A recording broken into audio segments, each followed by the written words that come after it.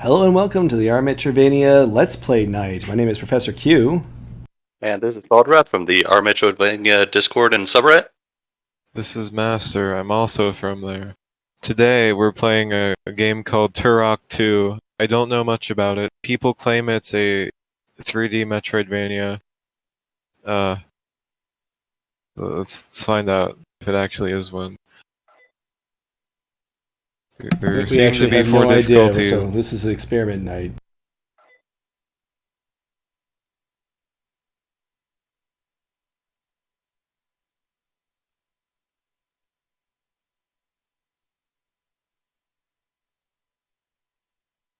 That doesn't look like Turok. I turned the volume a bit too low for the cutscenes, it seems. Oh well, we don't need them. Yeah, I can Your hear it a mission little bit. objectives are as follows. My mission is to do something. Activate 3 distress beacons. Probably involves shooting some Rescue aliens 4 children. or dinosaurs.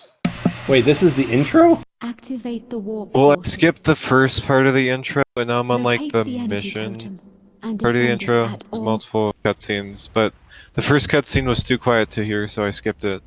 Oh, okay, that And makes I a lot could more only hear it. sense. I thought they Yeah. jumped right into the rescue 4 people, flip 3 switches. I'm like, that is the most boring way to start a game.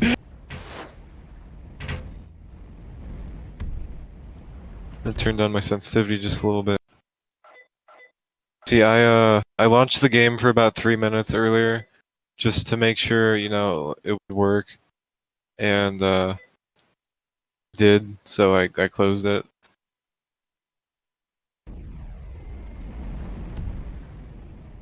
So I played the original Turok on Nintendo 64. Not sure what system this was for. It looks like it's about that same console generation though. Starting off with key gating, huh? I'm Oh, pretty boy. sure that was N64, Turok 2.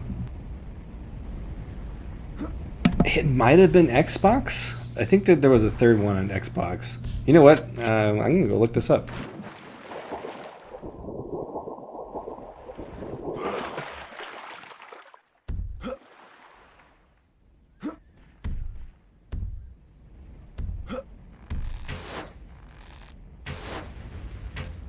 Alright, let's see. So Turok 2 was N64, released in 1998, which is actually pretty impressive when you think about it. And then...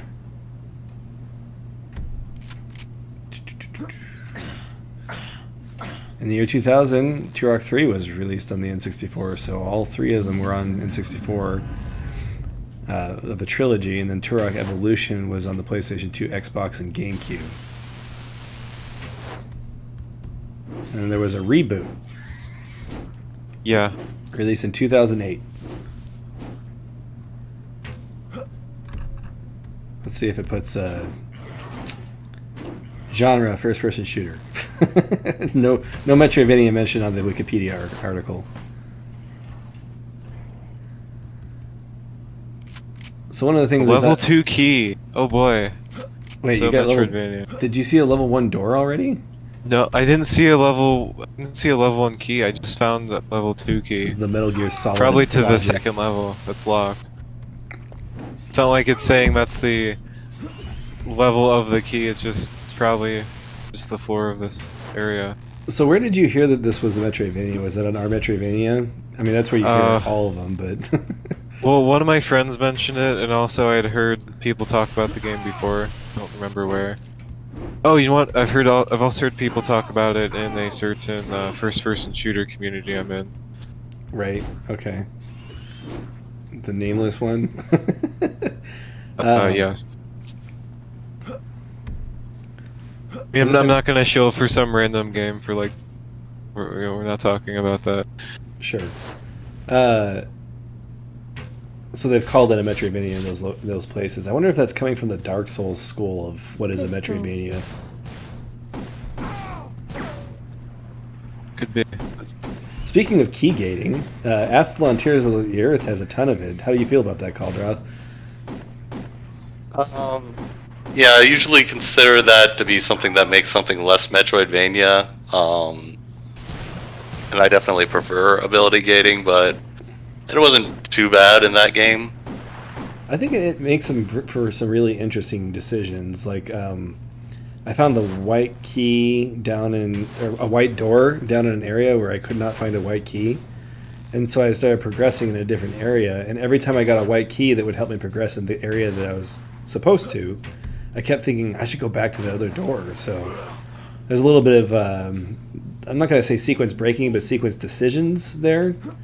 Yeah. I think the next white key I get, I'm actually going to go to the other one instead of trying to move forward. Partially because one of my characters is like really powerful right now, and the other two characters haven't gotten any ability upgrades. So I was hoping I could bolster those other characters a little more because I kind of like them a little bit more. I like having ranged. The melee character is a lot better once he gets some abilities, but Yeah. Flashlight's an ability. Is it?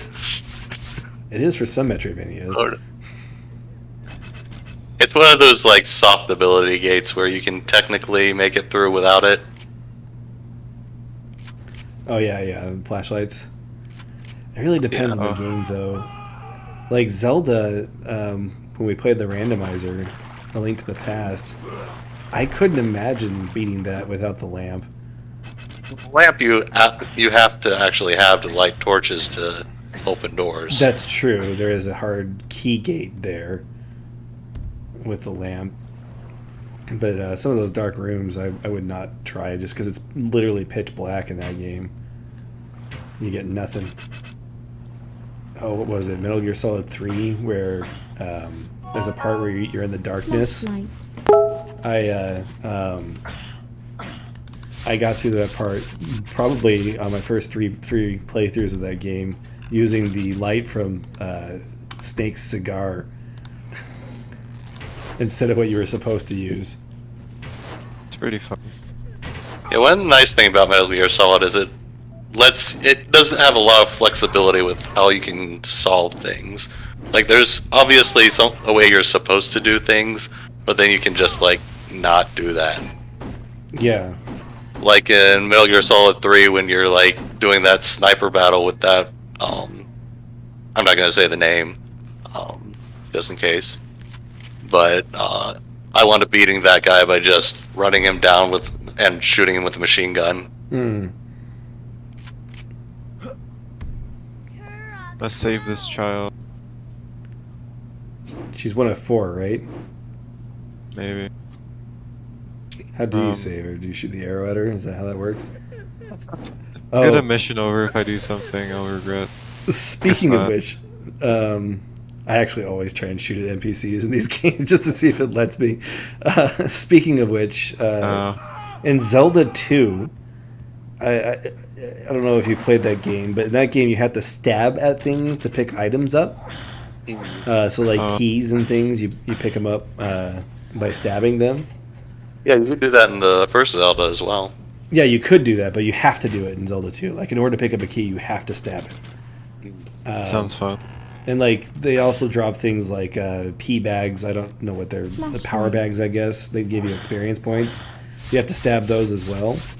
Anyway, in the Japanese version of the game, there is a quest in the game where you have to rescue a child, and the child counts as an item as far as the game is concerned. In the Japanese version of the game, in order to pick the child up, you have to stab it. That's amazing. They changed it for the American version. The child is changed to be more like a heart piece, where Link will hold him over his head instead. Oh, so much better. I just thought it was funny that they're like, I'm like, boy, they didn't think that went through at all. Welcome, Animator AR. And hello. Game saved. It was one of those region. There's actually a lot of region differences between Zelda 2, when it was released in Japan versus the US. I was really surprised at that. I don't know if it changes any difficulty factors or anything like that. Just a lot of aesthetic differences. You don't stab the child, things like that. And of course, the normal Nintendo censorship where they censored all the crosses and things on churches and stuff. Child rescued. And thanks for coming in, AR. It's good to have you here. So did you have to flip a switch to open that wooden cage? Yeah, there's a switch up there, and I flipped it. So is that cave made of wood? It looks like it's made of wood. Tied yeah, together by ropes. Don't you have a knife? It. Also, I'm not actually supposed to be able to jump across this because the bridge lowers for me to get to the child once I flip that switch. Oh. Something interesting, this game seems to have a significantly high headshot multiplier for damage. That's good. So yeah, if I actually aim carefully, I can hurt things faster. I think if you're going to have a multiplier, it should be, like single shot kill.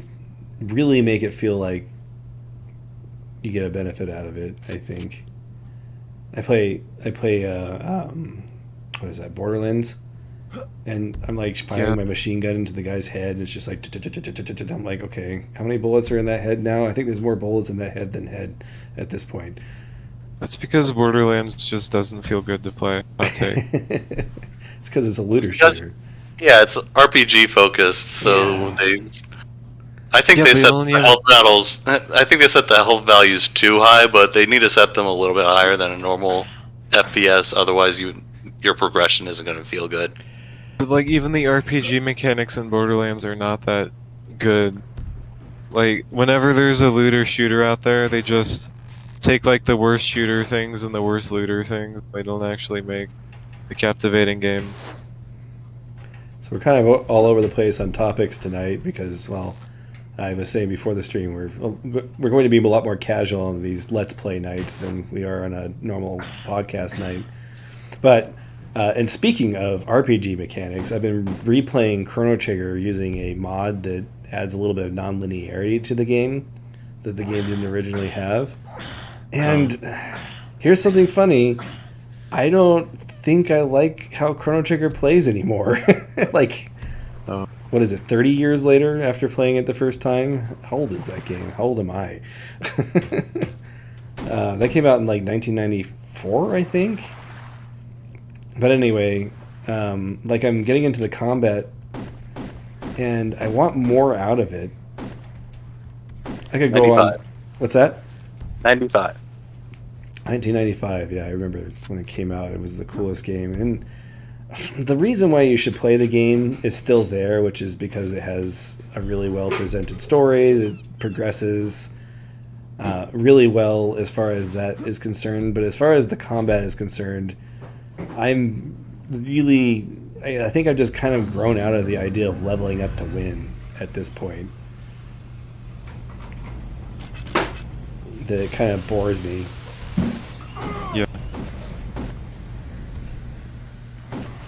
That is the best strategy, is to just grind enemies out until they can't handle you anymore.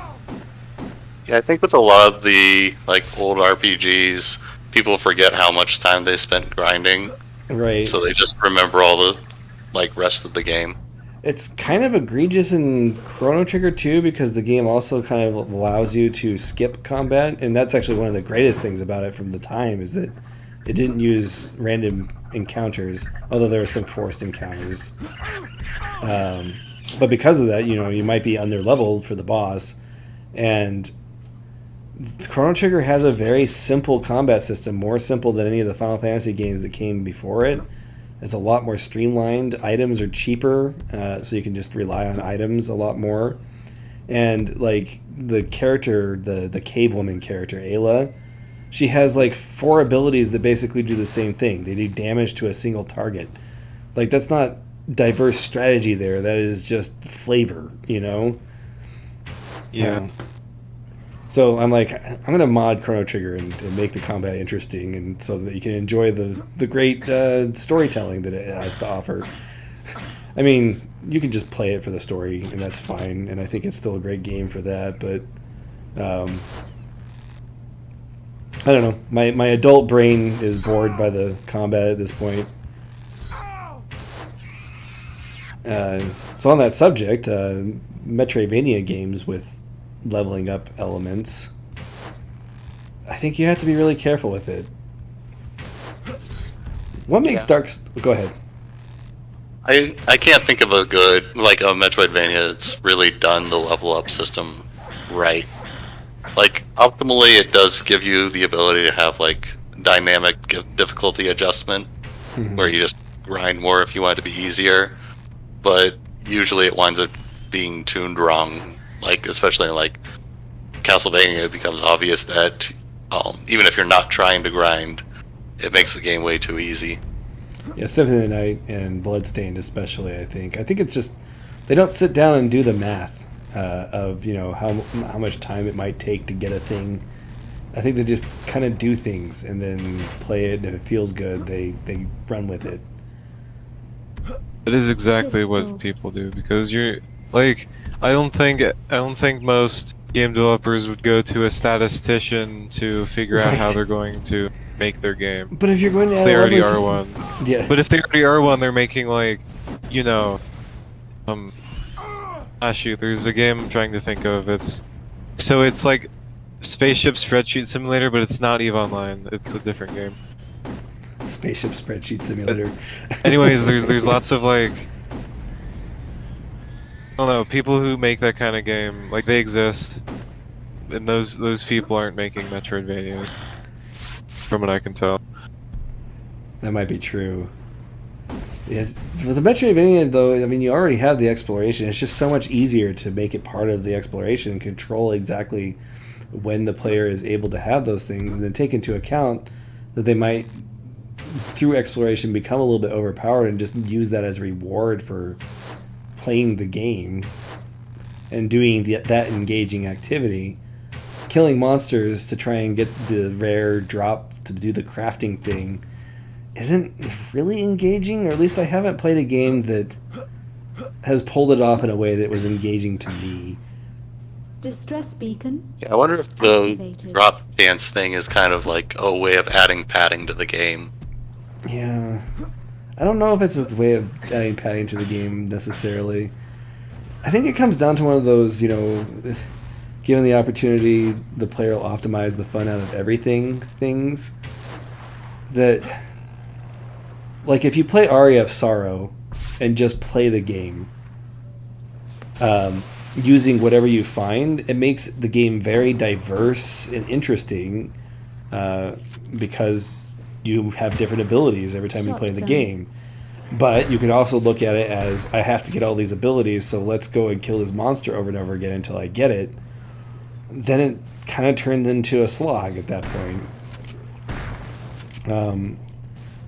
And there isn't anything in the game's mechanics that prevents the player from making that choice. And that choice isn't suboptimal, like, especially if they know a specific ability is really good. Which, you know, unless they're using a guide, they will find that on a subsequent playthrough. You know, like when you play Castlevania Symphony of the Night and you know about Chrysogrim, it's fun to use, but, you know, you have to grind it out to get it.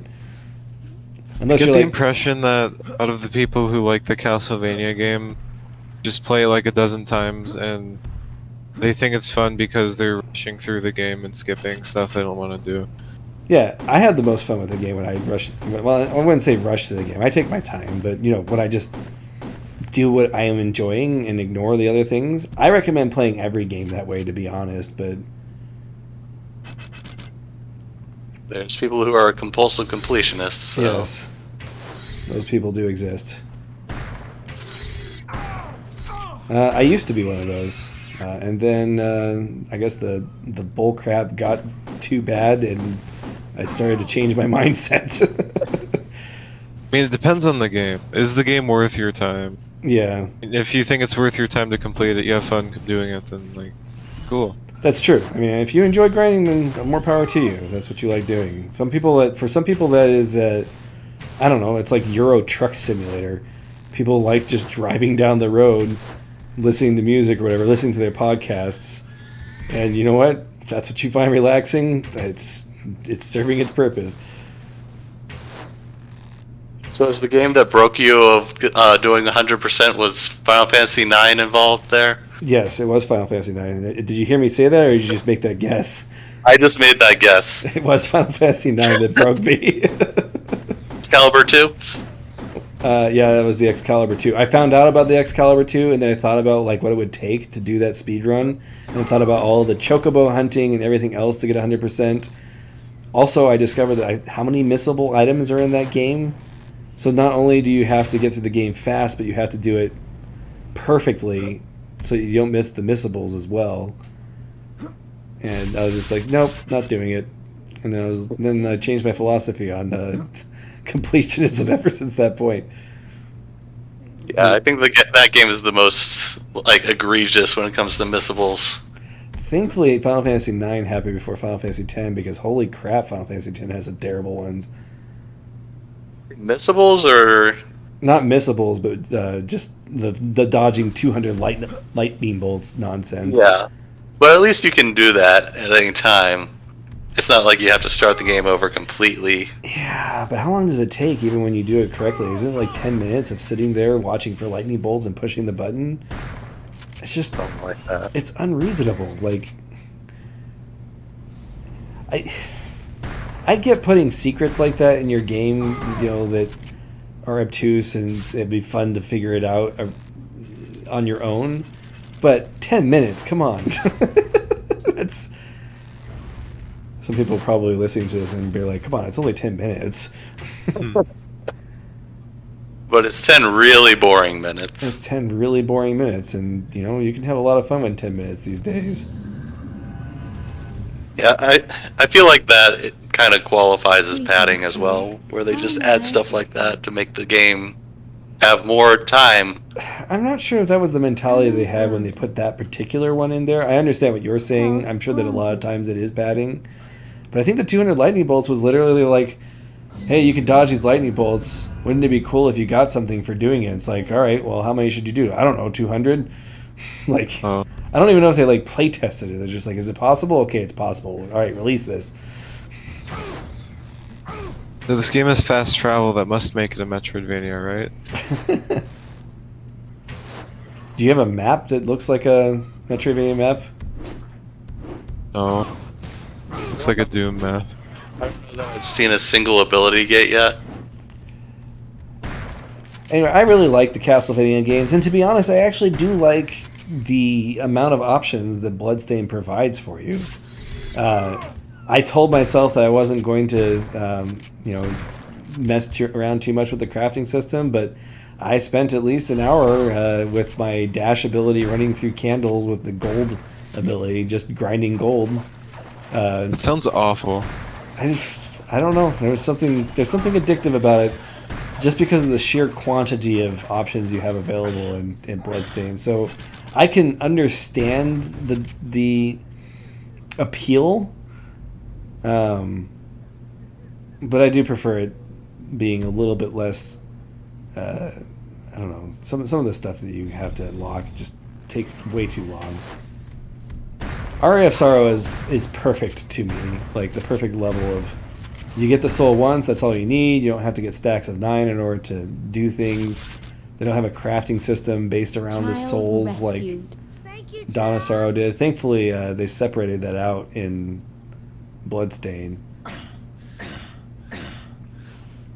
It's a balance.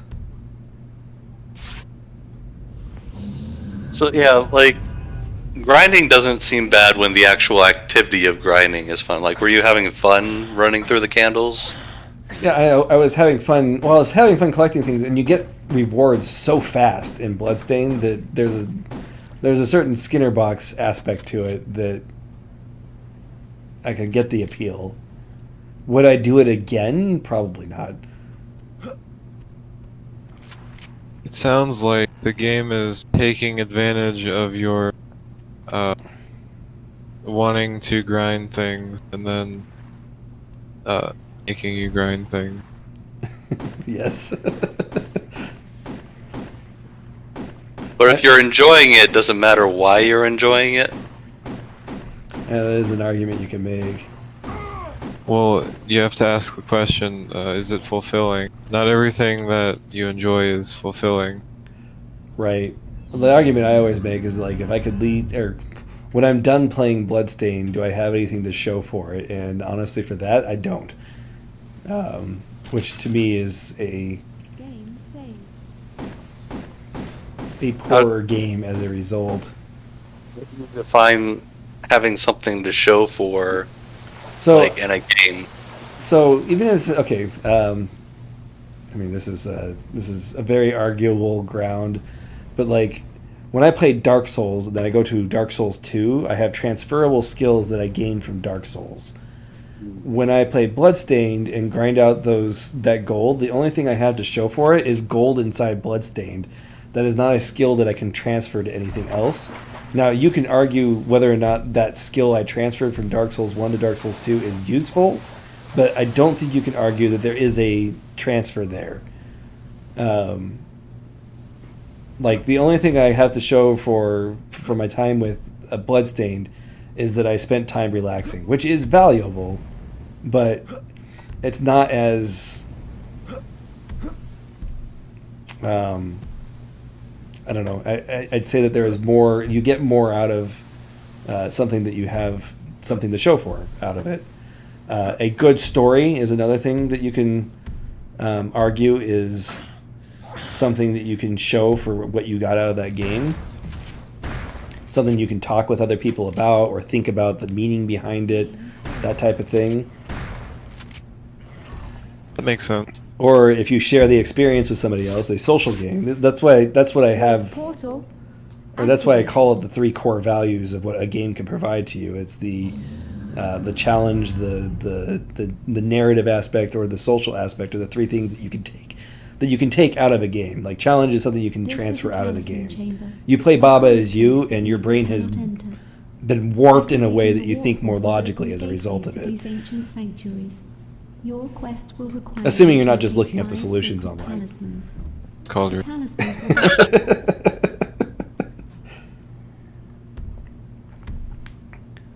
Hey, you didn't even reach the puzzle that I looked up, so I don't want to hear it. Huh? I thought you did all the puzzles, Master. I beat every puzzle, including the hidden puzzle that doesn't even count. No, I did. Okay, I did look up what the hidden puzzle was. I said you hasn't, not you haven't. Oh, I haven't. No, I haven't done it because I've been playing other games. Not because I don't want to. Is that I have to keep my schedule. Is really the only reason why. And this month I'm double booked, so I have to play 2 games one week, and I'm still not sure how I'm going to fit it in. I just need to do it. Oh yeah, you have your June 35th game. Yes, my June 35th game. It might end up being June 30th that I publish this review on a non-Monday, but I'm going to do it in June because I promised I would. I also have to finish the video for Lyle and Cube Sector this month, so it's going to be a trick. Well, if this game is a Metroidvania, I'm going to say that I wish that the biomes were more distinct, because so far it seems like you've been in kind of the same place the whole time. So far, I've only been in one level. Oh, so I it does guess have I'm levels. just teleporting around to different parts of the level, but it's all kind of the one level because I have the specific mission that I'm doing in between these gotcha. areas. Portal. That reminds me of like GoldenEye levels or whatever, Perfect Dark levels, right? Didn't they do the same thing where you had to like accomplish specific number of missions? Well, I mean, yeah, there are things you did, but I mean, this seems different. So there was that teleporter back there, but I couldn't hear what the person was telling me when I went through it, so just assume it's not important. I hope it's not. So far, the NPCs haven't said anything. I haven't been paying enough attention, but haven't said anything except for like strict business stuff. Like, you gotta go do this, you gotta go do that. Which is fine. They're professionals. They just want to get the job done. I'm finding that theming is becoming more and more important to me. Like, now that I'm up to like 150 or more Metroidvanias that I played. That ludonarrative, like the last few weeks I've brought up ludonarrative in my reviews a lot more. I'm like, am I becoming a ludonarrative guy, or does it just happen to be these games? And you know what though, it is the games, because the games do have a story focus, and ludonarrative becomes important when your game is focused on story. Yeah. Tech bow. Sniper capability enabled. Although I guess ludonarrative is important even if your game isn't focused on story, because then you could have a story focus without actually shoving it in the player's face.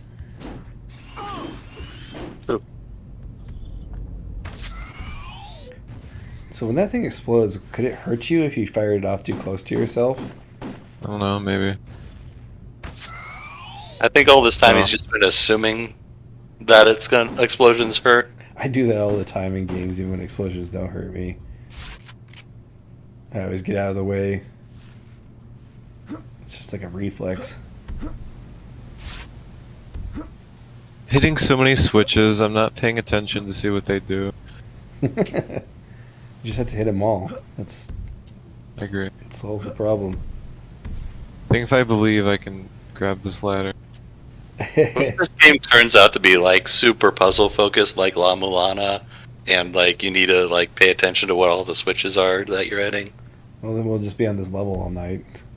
I need to pay attention. Just hit them. I'll figure it out. It doesn't seem hard to find the switches. You got these giant exclamation marks pointing them Which out. is good, honestly, because if No, I you're agree. teleporting between all these areas, you know, you don't know where things are. Like, without the objective markers, you're playing, like, a worse hexen in Where's terms of Waldo? finding switches. Oh gosh, it was on r/dad jokes, I think. Of course, I'm Seems like subscribed somewhere to you would go. that. Why doesn't What's on that? or why does Waldo wear a striped shirt? Because So, because he his doesn't family can't find him. because he doesn't want to be spotted. That was close enough.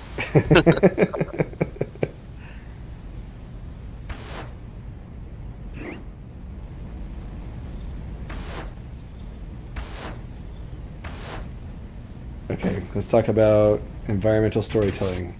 What is going on in this place? You got half a cabin with 3 beds. There's a book on one of them, so somebody was reading. That or they just threw 3 beds in here because they thought it would look good and didn't even think about what the implications might be. Yeah, I feel like most games of this generation didn't really pay attention to like trying to create a space that looks like a real place. Like how you, GoldenEye kind of did. I think GoldenEye did a really good job with that. But yeah, I'm looking at this and it seems like most of this place is nonsensical. Just classic video game design. Yeah, I mean, nonsensical doesn't necessarily have to be bad. Like Cathedral, those locations are all very gamey. Not everything has to look amazing to be, like, amazing level design. Doesn't have to be realistic. Right. Some of the best Doom maps you can ever find are just these extremely abstract things. Abstract can be good. That was my favorite thing about playing Paradox Vector is I really liked the weird one-way walls that made you think that the level design was changing. Like when you turn around and things are different. That was something neat about that. Other than that, the game was very samey. It was hard to tell where you were at any given time. That's weird. Do you think it's on the other side of the wall? Well, yeah, I gotta jump into the window or something. Maybe you need to unlock the double jump. Something. Maybe. See, when I see an ability upgrade, then I'll start thinking, okay, maybe this is a Metroidvania. Oh, literally just missed the entrance because it was right there. Hmm. I'm not very focused today. I'm sorry. My gameplay is up to the stream standards. You know, if a certain someone said that this was a Metroidvania, I wouldn't have trusted their opinion anyway. They're just like 6 identical like Bardishas here for no reason. So, one of the things that we thought about talking about on this stream was whether or not there has been a 3D Metroidvania yet, and then kind of talk about the ones that claim to being and whether or not they are. And obviously, Darksiders 3 is one, I and need to neither play of you that so can, I can. and neither of you can refute it. That's true. I need I mean, to I play haven't that played so I it, can so I can't. reference it on these discussions about 3D Metroidvanias. So Metroid Prime, that's the prime example of the Metroidvania 3D in 3D. Perhaps. Are those Metroidvanias from what you played, Master? Metroid Prime 2, Metroidvania or no? Well, yes, but it's also a really weird design that makes it sort of less traditional. So, of the Um, Prime games, Prime 2 feels the most Metroidvania to me, or at the very least, it captures the feelings that I like the most from Metroidvania games. Yeah, I haven't played Prime 1 in a while, so I can't really compare it to that. It's obviously between those two because Prime 3 exists. And that's a cross like. It just exists. Is it even a crest like? I don't even know. I don't even know how. I mean, like, it has a key hunt, so I guess that's true. got to be something. Is that the definition of a Metroidvania? Has a key hunt? Has a key hunt. Yes. Gosh, I need to get through Gargoyle's Quest 2 and Demon's Crest so I can get caught up on my knowledge of crest likes. Well, that and Doom clones. In the last two, Order and you play. Have you played Jedi Fallen Order? I have played Jedi Fallen Order. I was going to bring it up on the topic of Metroidvania or 3D Metroidvanias. Jedi Fallen Order feels very Metroidvania to me, especially like on the ice planet. And yes, it's multiple planets, but that doesn't necessarily mean it's not a Metroidvania, in my opinion. I consider having an interconnected world to be an important part of being a Metroidvania. Sure, but I mean, how do you pull that off with planets? like, Well, why do you need planets? Actually, That's the yeah. question. There was actually somebody on the subreddit specifically asking, like, "Oh, I have this game where I want to have multiple planets, but the exploration, like, I can't get the exploration to feel right. How do I get it to work?" I think that you can make each planet feel Metroidvania. I mean, like, what if you took Metroid? Let's see. What's a good example? I can't say take Metroid Zero Mission and Super Metroid and say that they're both separate planets because they're technically taking place on the same planet. But imagine if Metroid Zero Mission's planet was a different planet than Super Metroid's planet. What if you could travel between the two of them? Would that make it suddenly not Metroidvania, even though you've really just taken the two Metroidvanias and put them in the same game? Well, the problem is, so Stapled two Metroidvanias together. you still have interconnectedness between the two, at least. And you could start claiming it's dungeon design, but What do you mean interconnectedness between the two? You mean the fact that there is a level select screen, or well, okay, you said you could warp between the two planets. What do you mean by that? you would get in your spaceship and fly off and land on the other planet? So that's just two Metroidvanias connected by one, Right, and that's by why, one and that's door being the ship. that's the argument I'm making, is that like that's how Jedi Fallen Order is that you have these big, vast Metroidvania style maps that just happen to be individual planets. So No, I'd I'd say the say- word vast is probably a exaggeration. But anyway, what were you saying?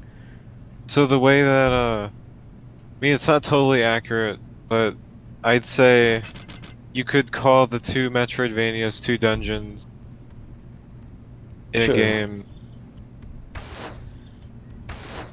But I Or mean, maybe, to maybe me, you could consider to have two different Metroidvanias. Like, each one is its own individual Metroidvania, but, like, they aren't one cohesive Metroidvania. I mean, they're big enough to be more than, like, what you would expect a dungeon to be in a game like Zelda.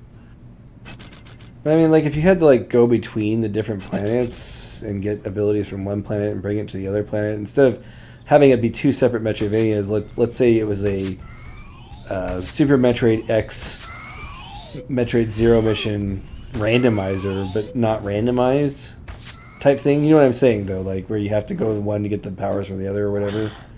I was thinking the same thing with, like, wow, you're just describing a randomizer with two games. If you're going, because I'm thinking of us doing that randomizer. Take the randomizer aspect out, make it solid, and you'll actually have level design involved with it. Would it suddenly stop being a Metroidvania because you separated them into planets? That's my argument. Is that if it has that Metroidvania feel on the individual planets, it can still be a Metroidvania even though there's a level select. The level select, I don't think necessarily has to be a disqualifier. Or imagine if you took Castlevania and you had different versions of the castle, like in different parts of the world, and you had Symphony of the Night's castle and Order of Ecclesia's castle and I don't know, Aria's castle on a level select screen, and you could go between them. Do they suddenly stop being Metroidvanias because you did that? Like, Well, I think one actual real example of this is Symphony of the Night, where it has the inverted castle. that's true, Oh. and that's supposed to be the proto Metroidvania, like the thing that all the definitions should be based off of, right? Yeah, so I think the question is whether each individual planet stands on its own as a Metroidvania. Yeah, and you can It's make like that defining a hole. If you dig a hole in a hole, do you have two holes or do you have just one big hole? argument. Well, technically, that's true.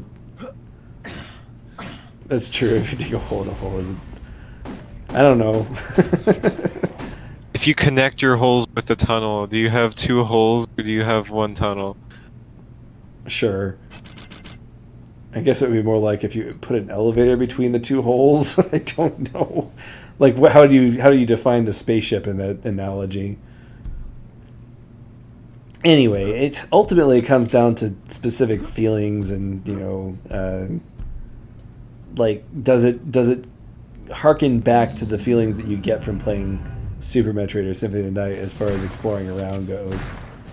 And I think it's okay, like if you have a planet-based Metroidvania, I think it's okay to have one of those planets be the Turian of the game, where it's just a linear pathway to the final boss. There's nothing wrong with that, and I don't think that having that suddenly makes the rest of it disqualified. Yeah, I guess Super Metroid also has the research station at the very beginning. Yeah, it does. So, I'd suddenly only it has say- levels. I'd only say Prime 3 has 2 planets that would even come close to qualifying as a Metroidvania. So that's Prime 3's bigger problem is that I think I would disagree that it's 2 planets. I'd say it's just the Sky Planet really has that Metroidvania feel to it. I'd say Sky Planet's the most Metroidvania feeling. Part of that's just because it's annoying to navigate. So I like you that think place. you're, yeah, it's okay, but like you think, just because of how it's laid out and how you can see stuff. When I'm playing it, I feel like I'm moving more than I actually am. When really it's just, the equivalent of walking down a hall. Yeah, well, the Prime games all have that problem where it feels like it takes too long to get anywhere. And that could be a loading time problem. I have no idea why it's so slow. So I just played Prime 3 and finished it like a few days ago. Again, Greetings, I'd played it Turok. before, but How may I assist? the doors just take so long to open on some of the planets. That And might I be remember it. having the same problem when I played it on the Wii. It's just Health granted. like Prime 1 and 2 had the occasional door that would stick and take a few seconds to open. But Prime 3 is all over the place. Some doors open right away, some will literally take 20 seconds. Yeah. You're just standing there the whole time. Well, You're there, getting shot at a lot of the times too. If you're Yeah, trying that- to run past enemies. they're like a loading barrier. Like it doesn't open the door until it's loaded the next area. So if it's if it takes more memory to represent that next room, it's going to take longer for that door to open. Yeah, in Prime 1 and 2, like I didn't have a problem with worrying about getting killed by enemies while waiting for doors to open. But I had to consider that a lot in Prime 3. So yeah, there could have been a technical limitation there driving the slowness of the game, I think. Just too bad. That is one thing I really like about Other M is it has the speed booster and it feels fun to run around the place when you have it. Except for the fact that for the main majority of the game just gates you off for story reasons for no reason. Adam hasn't authorized your ums yet, so you Oh, can't yeah. go this way. Adam hasn't authorized the Varia suit yet, so you can't not die in the hot areas. They could have fixed it. It would have been really easy to hand wave it, but that's the theming they decided to go with. Game Like, saved. there isn't a problem with the fact that she you have to go through that area while you're being burned alive. It's the idea that the game's holding it back from you for the dumbest reason possible. If it was only the power bombs, like, I'd be fine with it because, you know, power bombs kind of vaporize people. I still like the idea that something malfunctions or something, and then they only have a limited number of resources, and so Adam has to manage it. And that's why he doesn't authorize certain things until certain times, because he can't, otherwise the rest of the team gets screwed over type thing. That would have worked. Be cool. And then Problem with Other M, okay, so I actually started playing it earlier today. oh wow, okay. Yeah, streaming it for a friend. But so when you pick up missile expansions, they only give you one more missile. That's the biggest really problem with funny. Other M. But no, You the- can refill the your other missiles problem- anytime so- you want, though, just by holding Yeah, up. you just stand still and you like Yeah. do the thing and you get your missiles back. That's why. So like that's why- there is no resource management in the game. You're technically, given your resources if you run out of them. technically, you can get to that game without picking up any upgrades pretty Pistol. easily. A 0% run. I actually think that No, might be because you're one of the forced to pick up stuff in Oh, are you? certain areas. Ultra health. Maybe there's ways around them, but like, you know, you're going through a morph ball corridor and there's just an energy tank in your way. Prime 3 did the same thing, but I actually don't mind it because Prime 3 did it so there wouldn't be any missables. But anyway, that idea that Adam has to manage some kind of resource would change nothing about the game except make it more acceptable that he's calling the shots. Yeah. That's all they had to do, is just have some throwaway line that I can't authorize this because I literally don't have the resources for it. But, you know, I don't know. You'd have to there's- change the gameplay for that. Clearly they didn't prioritize You wouldn't have to change the gameplay for that because it's, you know, then they could have had Samus get the powers at the exact same time she does, and Adam just makes the call that, okay, I have to give Samus the resources now or she's going to die. Although that still doesn't. It still kind of makes him seem like a jerk with the Varia suit thing. Although they could have had like a Like how- little ADR line of, "Hey, I'm burning up down here," and it's like, "Well, it seems like you're able to handle it. Just blah blah blah," or you know, something. But like, how does Samus get the resources? She just teleports or fabricates missiles and she never Well, runs her out. suit's like digital in that game. Maybe the ship has some I kind hate of that so distribution much. service. He has to get She's not wearing a authorization from digital his suit, command okay? crew. It's just bureaucratic red tape all the way up. Yeah. Well, maybe the bottle ship has like a energy distribution. Like maybe the bottle ship has power problems or something. I don't know. I don't know. They made it so her suit can disappear and reappear based on how much emotion she's feeling. So it seems like they could have hand waved some sci-fi explanation for it. It's The all Zero basically suit just set magic. Metroid back 20 years. Or they could have it so like the power generator got damaged and then somebody's repairing it, and as they repair it, you can get more power, and therefore you can authorize more upgrades.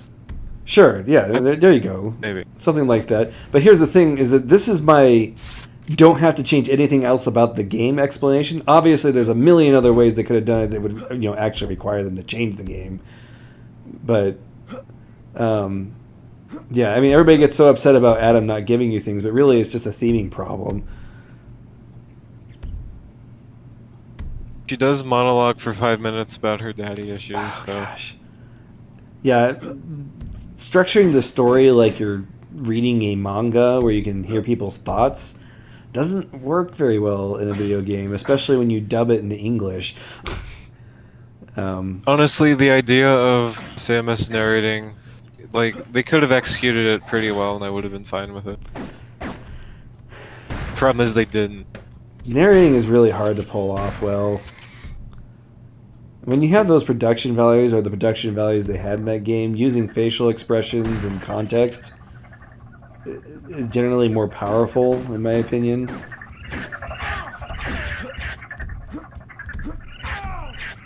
Yeah, I mean, not all games like do a narration thing though, so Yeah. it's not like You're saying that you like the idea that that's something unique that Other M Like, could have done if they pulled it off.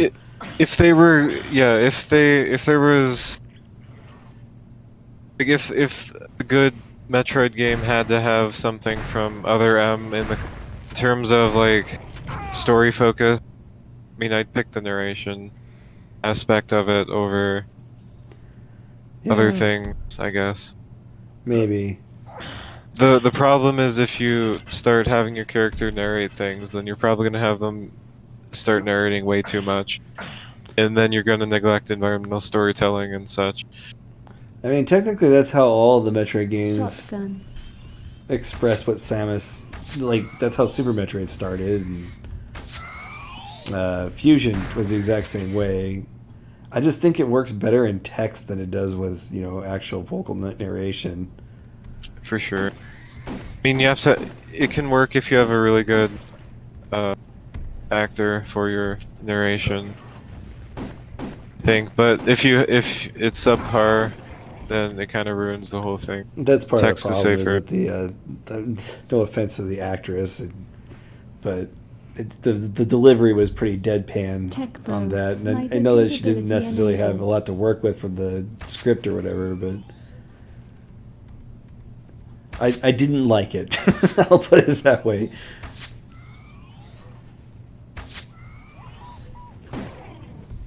Whenever I'm curious who the like actress was, like the voice actress was for that, and what else they did. what they Full thought. health. I'd be interested in hearing in an interview what she thought about the whole project. Tech bow. Possible that Lighter she didn't think about it that capability much. It was a enabled. job.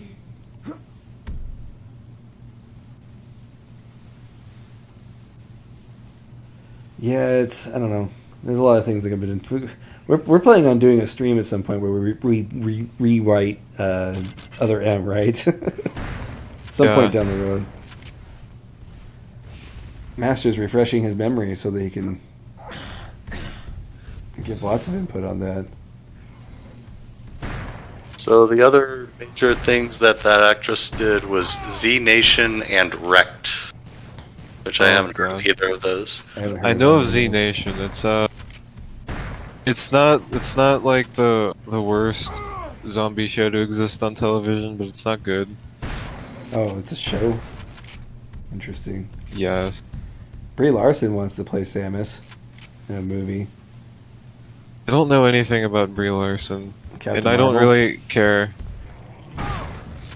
Oh, that was Did I say the wrong person?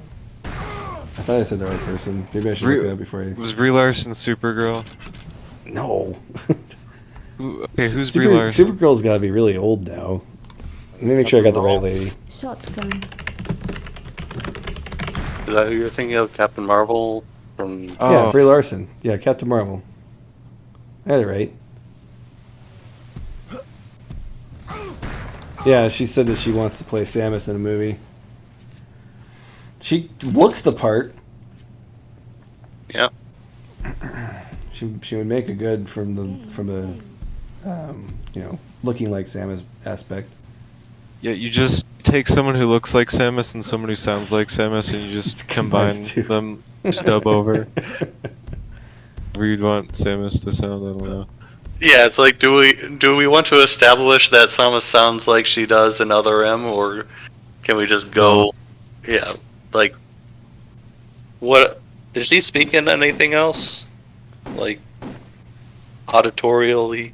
Captain the Brie Larson. I don't know. Samus, Oh. not even in like Smash. Oh, you're talking about. No, does she even make noises as Zero Suit Samus? I actually don't remember. Probably. I mean, She's got. she makes noises in the games. Yeah. Game saved. Warp portal activated. Anyway, I don't even know what they would do with a Metroid movie. Game saved. I mean, I guess if they did the. You could probably do the Super Metroid plot okay. Maybe. I'd imagine some sort of So if they were going to make a movie out of Metroid, I'd want to have something with the disillusionment of the Federation, maybe. So, like Metroid Fusion-ish timeline. You know Like that that's they would- just kind of thing's more interesting as a topic than, oh, I'm gonna go blow up this planet. No, you and know then you that they blow would up the just planet. adapt Metroid 1 or something, though, if they made a movie. But I like your idea more. They shouldn't try to adapt an existing plot, but create a new one specifically for the movie. They could do a remake of Other M. Like they, obviously Other M's terrible, but if they were going to make a movie, like that's the route they'd probably end up they'd end up going. Sure. What was it? The Resident Evil Degeneration or something like that? Was it an anime Resident Evil adaptation? Like, I say anime in quotes. It was CG. And it wasn't terrible. Like, I expected it to be terrible, but it was actually sort of entertaining. It was very fan servicey. My biggest complaint about it, but what do you expect? Wasn't it also a new story? Yes, but that's the thing. It was They're unrelated. It was Claire and Leon just dealing with the G virus again in the movie, and it was. I don't necessarily think the movie was great or anything, but the idea of doing a plot that wasn't based off of one of the games is probably the route that every video game movie should take. Well, okay. So, have you heard of the Doom movies? I have heard of the One Doom of- movies. One in the early mid 2000s had Dwayne the Rock Johnson in it, and then there was a more recent one that was somehow even worse. Didn't they actually but- have footage in first person for part of the movie? I don't know. Yeah, Maybe for the that's literally the only thing I knew about that movie is that it had The Rock and that it had a first-person segment. You have found part of the nuke weapon. found the nuke weapon part. What am I making nuke? The nuke weapon. You found the nuke weapon. Nuke weapon part. So apparently I'm just making nuke. No, you make a nuke in Metroid Prime 2. Or no, Prime 3, sorry. Yeah, you kind of do. Although, I mean, it is justified. You are blowing up the Phazon planet. Game. I don't even know if Well, that's you're blowing up spoilers. Is that even a spoilers? You're not nuking the Phazon planet. Oh no, was that the? Wait, what was the nuke for? Was You're- it? I thought. You're just nuking the shield on the planet with the sky. Oh, okay. Was that what you needed all the keys for? Or all the little No, batteries? you had to pick up like 3 different parts with your ship, and it was really annoying. Oh right, I And remember that it now. was such a nonsensical bomb design. It's the least bomb-looking bomb I've ever seen. Metroid Prime 3 had a lot of great ideas, but things like the ship missiles and stuff like that, it's just like, I don't know, leave the vehicles out. Never used them. I mean, it's not a terrible idea. I never used them though. It's not a terrible idea, but I don't know, every time they do vehicle sections in any game, it always feels like I'd rather not. Did you just die? Yeah, I did die. Mm. Are you thinking of Pharaoh Rebirth or whatever it's called again? Well, yeah, Pharaoh Rebirth is probably the most, the one of the worst examples, but of that situation. Fearmonium had a lot of that too. Have you played Fearmonium yet, Caldrath? Are you planning on playing it? I was planning on playing it, but then like the way everyone's been describing it as like just having a good story and not very interesting gameplay, That's really what it boils down to. kind of killed it for me. It's I like Cat Maze more, honestly, and Cat Maze didn't really have the best combat either. But I felt like the game setting kind of served it better. Fearmonium was just incredibly predictable. It was its biggest problem.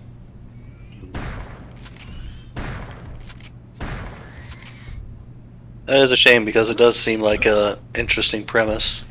Yeah, yeah. They did a good job with the story. And, you know, if there's one thing that they needed to pull off, it was that. Especially given the topic. Or the subject matter. But the gameplay was just... And then, like, anything that wasn't the core gameplay was just kind of dull. That was Yeah, one I of the did- games that shoved a bunch of like different types of gameplay in. The variety stuff, yeah. I mean, Cat Maze did the same thing, although I feel like it was less in that game. It's been a while since I played Cat Maze, though, so I don't even remember super clearly. Yeah, I don't even remember any like variety gameplay sections. Yeah, there was a few of them. It wasn't a lot. There was the part where you had to ride on the wolf, like in the dream world. Oh yeah. Sticks out, and then there was a shmup section because you have to have the shmup section. But yeah, A lot of times the shmup section is just like the same gameplay, but now you're flying. a lot of times, yeah.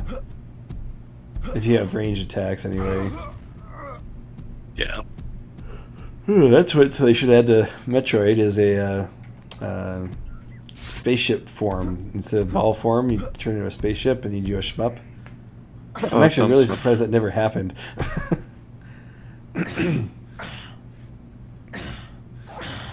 Where would you even put that? Like, where would you be flying between? I don't know. They could do the Kingdom Hearts thing and have the little, what is the gummy ship sections when you fly between planets. Yeah, I guess if you were flying between planets. Yeah. So I guess they could have done it in Metroid Prime 3. I'm gonna be honest. I don't really like shmup sections, which is funny because I like the shmup genre, but it's just usually the shmup sections are just like, I don't know. They feel like a waste of time because they don't really add anything. You don't get any rewards out of them usually. Game saved. And they're usually auto-scrolling, so there's not really Yeah. they have a set length of time that they take. Yeah. Speaking of padding, that's basically what they are.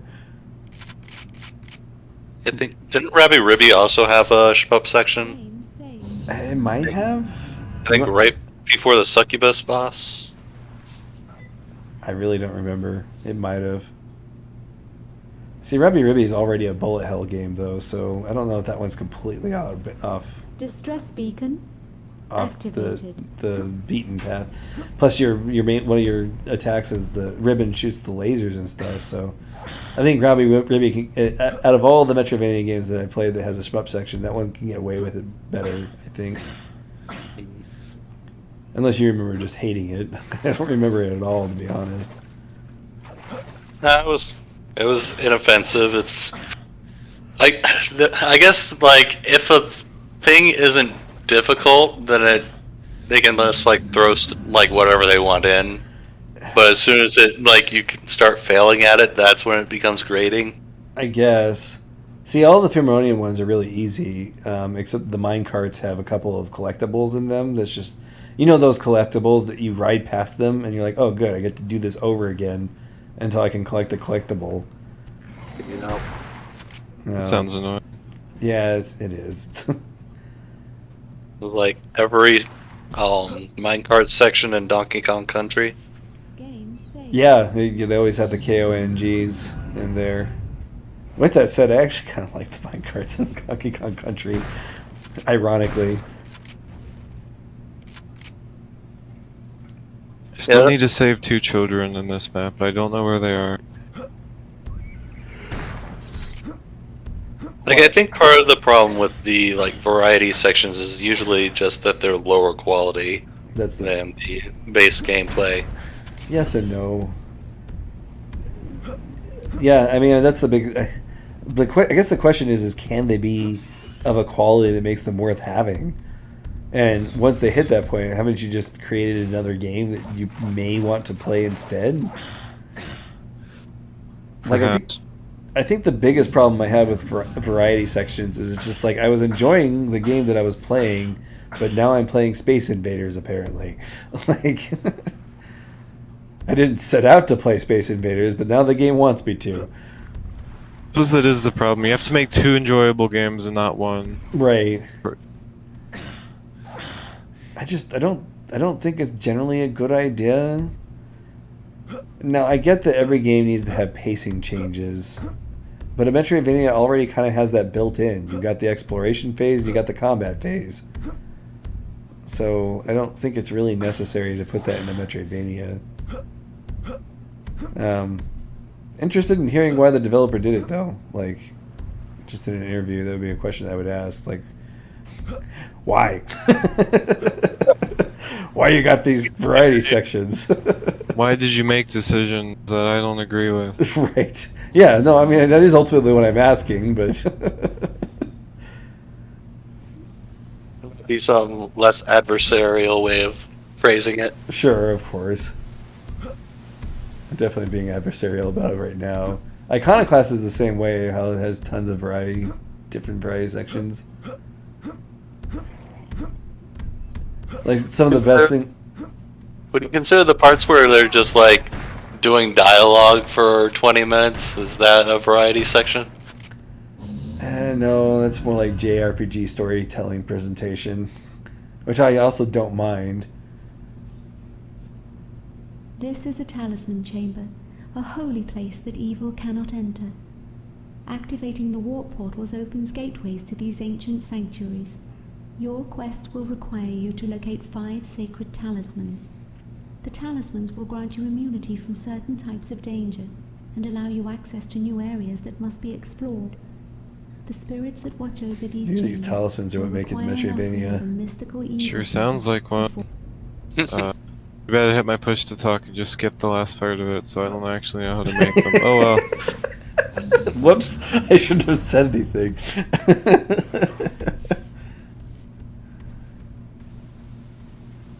Something interesting is happening. To go find the children, wherever they may be. Oh, is that a child? Coming for you. Game saved. So, if it's a holy place the evil cannot enter, why don't they just sanctify everywhere? It's not how it works. Maybe it's really expensive to sanctify things. Yeah, Also- you know how many like square miles they gotta sanctify? A lot. Like, Takes a lot of effort to just, sanctify like a church or something. why? Like, I don't know. You sanctify things. apparently their deity's not all powerful if they can't just. Oh, you know what they say, God works in mysterious ways.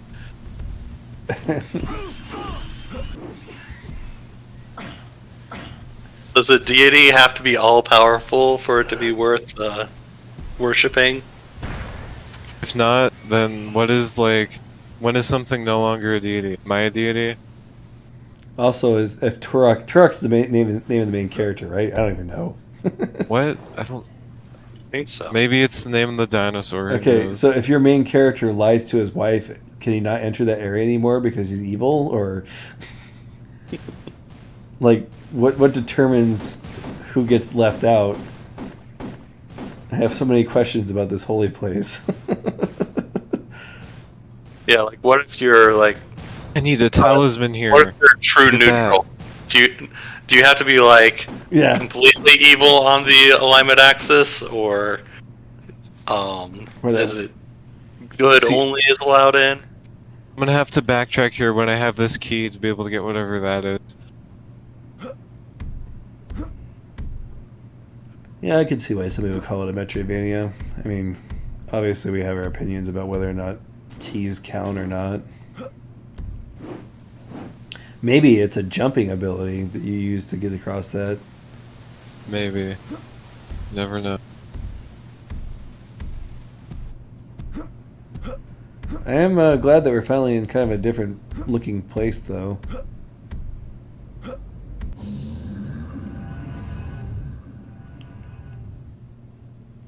Greetings, Turok.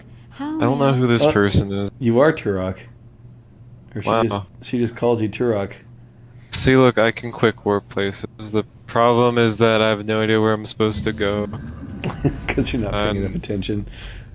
Well, I know I need to save 2 children, but I have no idea where the children are. Oh, that causes the problem. Did you try reading the tablets? No. See, there's something up there, but, I remember this game being really impressive for the time, and it really is. Especially for the N64. The fact that there's voice acting surprises me for the N64. Since it was on cartridges. Hey, Teenage Mutant Ninja Turtles on Game Boy had voice acting. That's true. yeah. I It was remember- a good voice acting. I remember my cousin was like, I got this NES game that has voices. And it was like a helicopter game. When you shot things, he went, yeah, yeah. And it was like all like staticky and stuff. Like, yeah. That was like, sounds this amazing. game's so cool. I remember when we got the sound card for our IBM 386? 486 and 386? Anyway, for our IBM, and it would allow you to have voices on your computer, and it was such a novelty that your computer could talk at the time. Kids don't even know about technology these days. Yeah. Your Those darn kids. Your stinking phones will play videos. When I first saw that, I'm like, that is the coolest thing ever. And we just take it for granted. Yeah, he made it. You just had to do the 360 no scope. I think I actually had to just, perhaps Shotgun. strafing diagonally moves me faster. There's somebody behind you. Yeah. Yeah, well, they're both dead now.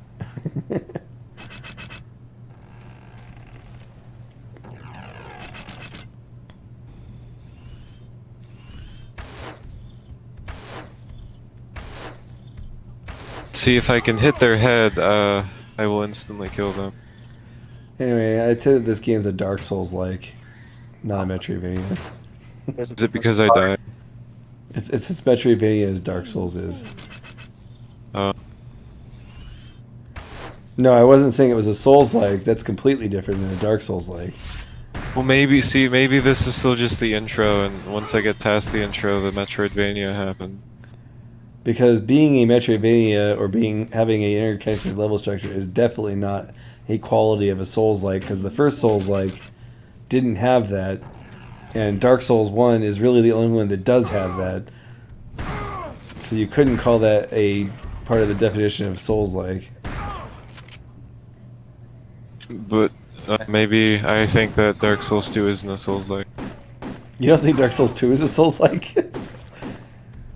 Only the first Dark Souls is a Souls-like. Oh, I see what you're saying. Dark Souls 2 is actually fairly Metroidvania. If Flashlight. Dark Souls 1 is a Metroidvania, then Dark Souls 2 is. Child rescued. Souls 2 basically a hub and spoke world instead of being interconnected like one is. Yeah, I guess you can make that argument. It's hub and spoke. It 2 does is, whack. warp you out. I don't know. Well, it feels like a series of... Like, you start off in the cool hub, and you go do the 4 things, but then you're kind of just on this never-ending chain of going places linearly once you get past that point in the game. I've kind of flip-flopped on Dark Souls 2 over and over again.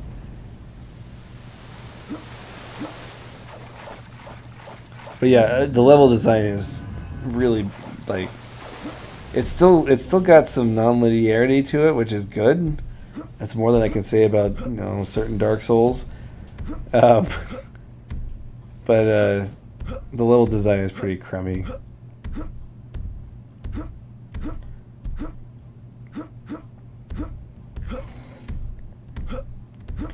I take it back. Okay, so Dark Souls 2 has great level design. It's the direction that they push you through on that I have a problem with. That it doesn't, use its level design well. Yeah, you can just go through it, and that's... You did it. Yeah, I mean, I could go on a 2-hour tangent on Dark Souls 2, but I don't need to because there are at least 3 people on YouTube that have already done that. Oh. Yeah. You should still do it. I should still do it. I wanna hear it. We want to hear it from you. Gosh.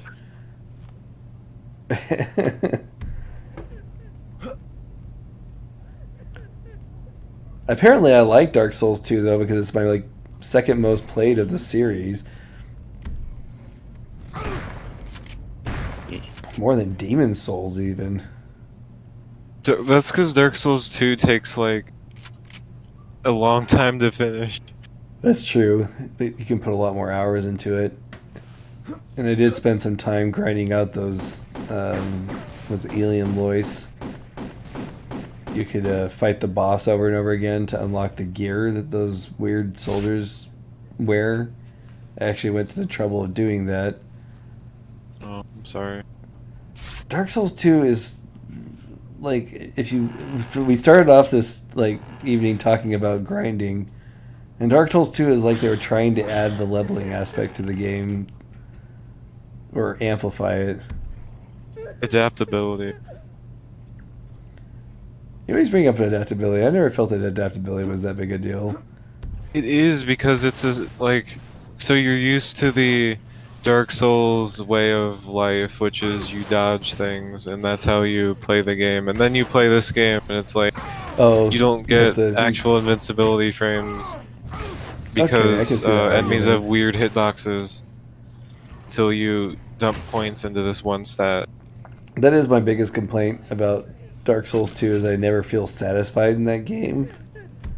Like in Dark Souls 1, I can get to a build that feels like it's complete.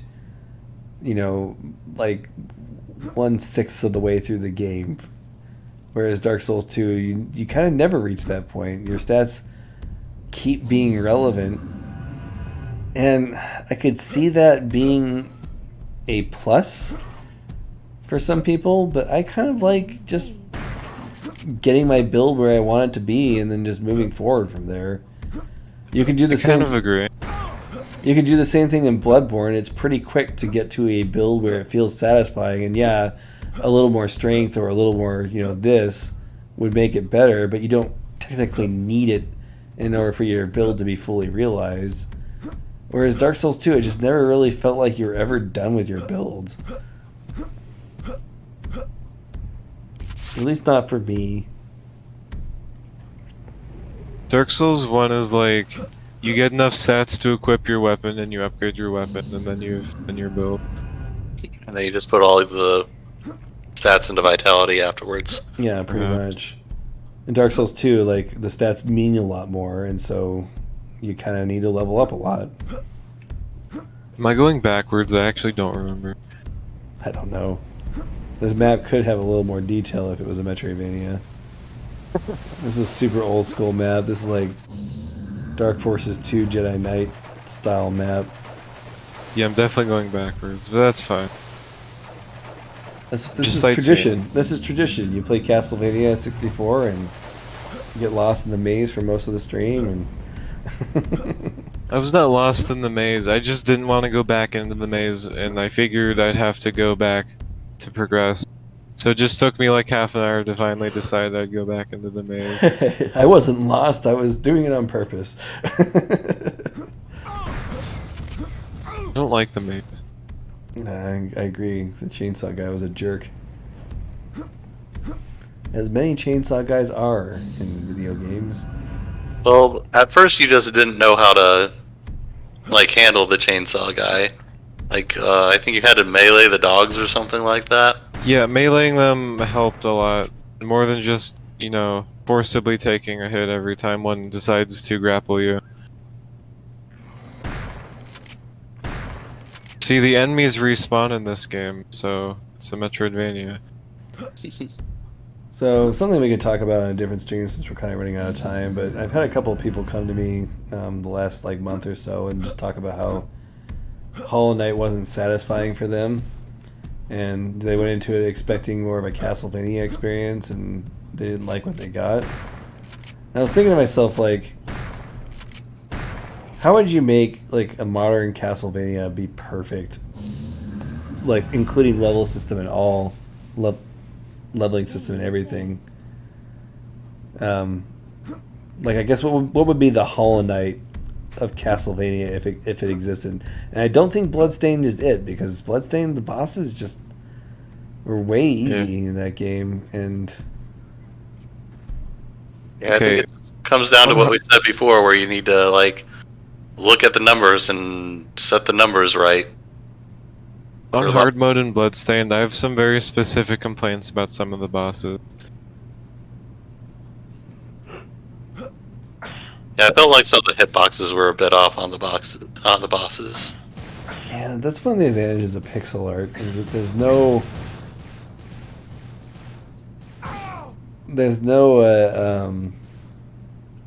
ambiguity on when you're touching something. I disagree on that, especially on like some of these like bullet hell games where they like give you the smaller hitbox than your character, and you never know like what the actual hitbox is. You just have to like Well, that's kinda just poorly designed at that point, though. I mean, that's better designed than having a big hitbox you can't use to dodge things with. Maybe. Yeah, bullet hell, you usually have like a button you push, and then it shows you what your hurt box is. Yeah, that's for like games that are specifically a bullet hell, not games that are similar to a bullet hell. That makes sense. I'm pretty sure Robbie Ribby does that, where it shows you the dot where she is when you push. I think sometimes they'll also just include what the hitbox is like in the sprite or whatever it is. Hey, Retrovania. Oh. You caught us at the tail end here. We got 8 minutes left. So what should we talk about? For the last So 8 many minutes. things. So many things. We talked about a lot of things tonight. We didn't talk a lot about Metro. Well, I guess we did talk about. We talk about Metroidvania definitions a lot, but It's been meandering.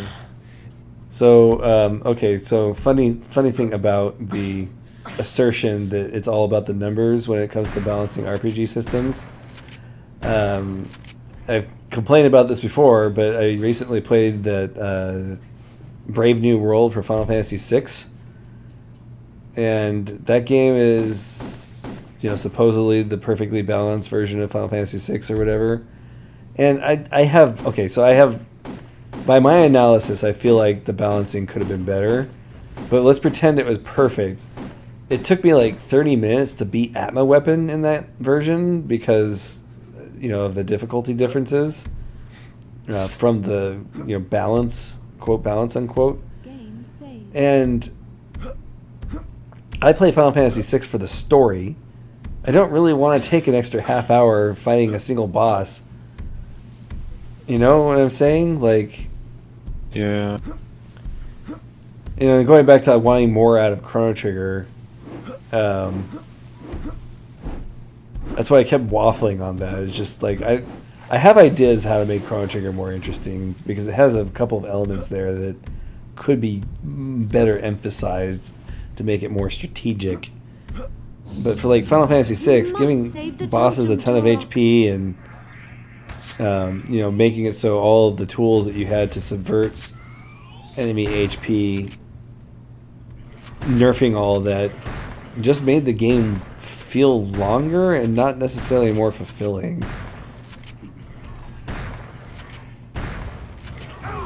But how can a game be fulfilling if games aren't real and Rise aren't real? Wait, what? You must save the totem, Turok.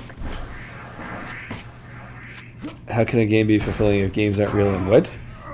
Our eyes aren't real. Oh, our eyes aren't real? Wait, our eyes aren't You real? must save the totem, Turok. I guess that's true. Think about it, man. No, you're true. You're right. You're right. Everything we see and hear is a interpretation of fluids and light that our brain puts together into images and sounds. This is the existential part of the stream, guys. Yeah, maybe there is a Metroidvania definition. We just can't perceive it. We just can't perceive it. It's beyond our comprehension. Mission accomplished. The Metroidvania definition is inside the Necronomicon, and Cthulhu just kind of keeps it on his nightstand. If we knew the real definition of Metroidvania, we'd go insane. Yeah. We'd have to get a piece of chalk and write on the wall the definition in Latin backwards over and over again. See, the keys are for the actual levels. Wow. And the levels are teleporters. Look, it's all interconnected. That doesn't count as an This looks like it's basically the same thing as a level select. level select in Demon Souls. So this is a Souls-like. That's what we're That's what we're ending this on. How may I assist you? I said that. It's a Dark Souls like. Ammo granted. Health granted. Oh man. We've solved it. When Cured Metroidvania. when that guy listed difficulty as part of the definition of Souls like, I was like Dark Souls games or the Souls games are easy, guys. They're all easy. You The just Death Marshal. think they're hard because they kill you quickly. Your Yeah. mission objectives are as follows. That did not come out right. I'm going to sound like a total jerk. That happens. I think We'll I've clip been, that, distribute that around. I think I've been a bit abrasive in general tonight, but That's fine. this is the casual stream, guys. Yeah. That water is green, which makes me think it'll hurt you, and look, it did. Whoa. But see, I was trying to sequence break. That it would have worked too if it wasn't for that green water. Mission objectives Wasn't Wait, for does the this meddling game have kid. lives? Like, if you run out of lives, do you get a Seems to game have over? lives, but it doesn't matter because I quick save and I load save. Quick saving, it's just Save scumming to avoid the consequences of your actions. Just don't Half-Life. save scum. Half-Life 1, I would run into run into a room, look where everybody is, die, load my quick save, go in and just shoot them all in the head because I know exactly where they are at that point, and then rinse That's and repeat because- for the rest of the game. That's because you're playing the game like a save scummer. Like Don't be a save scum. scummer. I know, but it's too easy to save scum sometimes. It was like Paradox Vector. It's just like some of the stuff that happens in that game. There's no way you could have known unless you'd save scummed. It's like no telegraphing whatsoever. Yeah, it's an interesting game.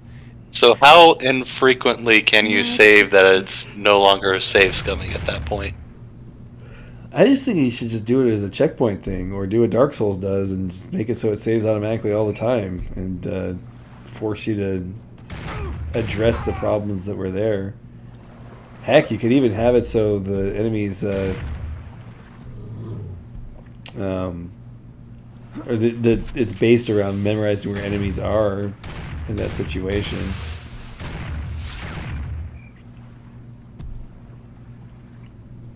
You know, come to think of it, if it wasn't for the currency loss system, then Dark Souls would be kind of similar. Well, never mind. Things respawn when you die and come back. I was thinking about BioShock.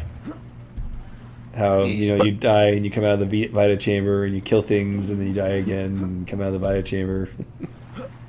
Or you hit a Big Daddy with your wrench 2 times, die, Yeah, come yeah. back, hit with your wrench 2 times. Yeah, the ammo saving method. That sounds annoying. Or how there's a achievement for beating the game without using a Vita Chamber at all, so you just save scum instead. Oh, you can do both. That's You great. can do both, yeah.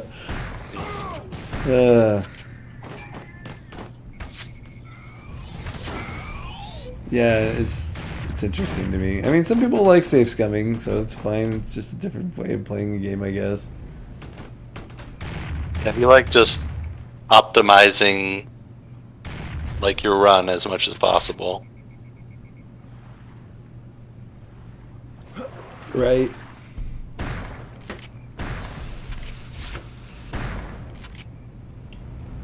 I don't know. I think it's. I should probably just force myself not to save scum, but you know, it's just sometimes. It depends What on the heck? game. Did you just blow up the room?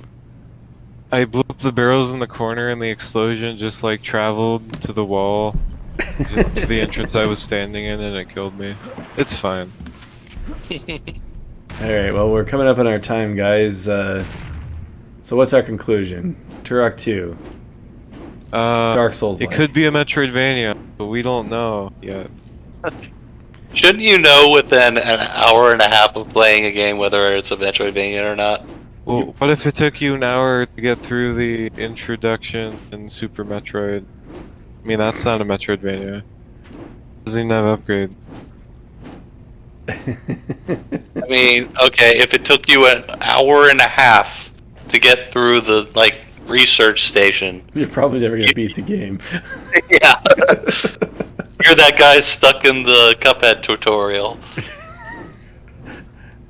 That'd be really impressive.